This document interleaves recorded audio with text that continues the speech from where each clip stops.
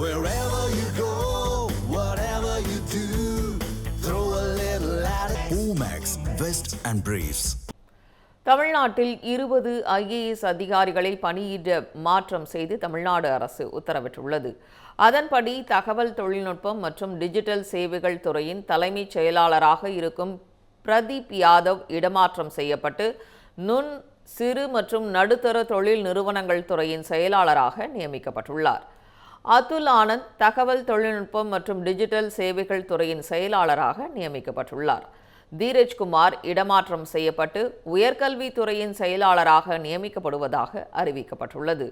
பொது மற்றும் மறுவாழ்வுத்துறையின் செயலாளராக இருக்கும் காகர்லா உஷா இடமாற்றம் செய்யப்பட்டு சுற்றுச்சூழல், காலநிலை மாற்றம் மற்றும் வனத்துறையின் செயலாளராக நியமிக்கப்பட்டுள்ளார்.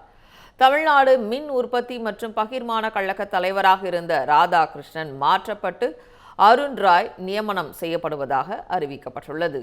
அண்ணா நிர்வாக கல்லூரி இயக்குநராக ராதாகிருஷ்ணனை நியமித்து அறிவிப்பு வெளியாகியுள்ளது.